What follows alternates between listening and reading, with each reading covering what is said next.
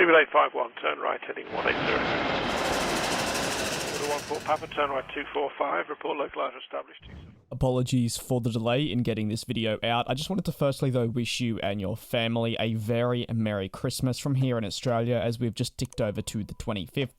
And also thank you very much for your unparalleled support throughout this year, and generally just the past two, which have no doubt been some of the most challenging years of our lives for many of us. Similar to what I have been generally discussing on the channel in recent days for airlines around the world, there's been a general lack of certainty regarding what the future holds for air travel. Now, of course, this was naturally, you could argue, always present for the past 2 years since the emergence of the pandemic. However, in the past month, that uncertainty has heightened tenfold with a new variant seeing cases skyrocket across the world.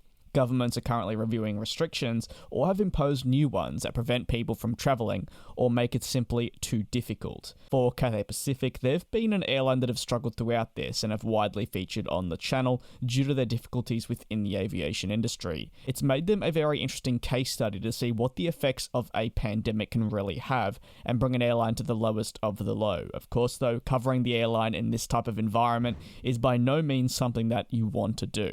For Cathay Pacific, these struggles that I speak of are continuing, and the current strategy that Hong Kong has implemented in dealing with the pandemic is killing Cathay Pacific slowly but surely, with month after month their performance is hovering at the lowest point possible with no real sign of improvement.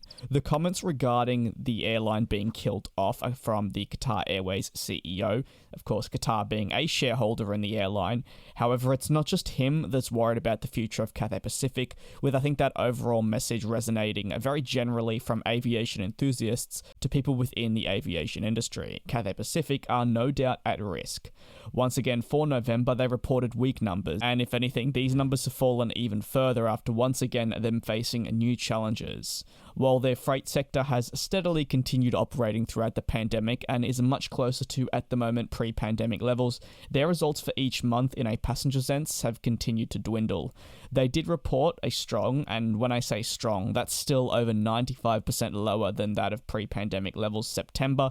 This was thanks to people travelling to begin school overseas. However, following the resumption of the school year, Cathay lost really what had only been its core business, and now they're planning on cancelling flights to Australia, and this will continue in the month into January, while the airline has also warned that more flights will likely be cancelled come the new year as they continue to reevaluate their network and basically try to stay afloat. However, there's the real possibility that the longer this goes on, the longer Cathay falls and reaches a point where it's not recoverable anymore. Now, of course, that's the absolute worst case scenario, and the airline will be doing everything in its power to be able to prevent that. But what are your thoughts? Obviously, we're seeing month after month Cathay report more losses, and it's only getting worse for them. Of course, now with the new variant and these flights being cancelled, how do you see their December and January looking? Do be sure to let me know down in the comment section below. A very Merry Christmas to you and your family, like I said at the beginning of the video. Do stay safe, take care, and I'll see you next time.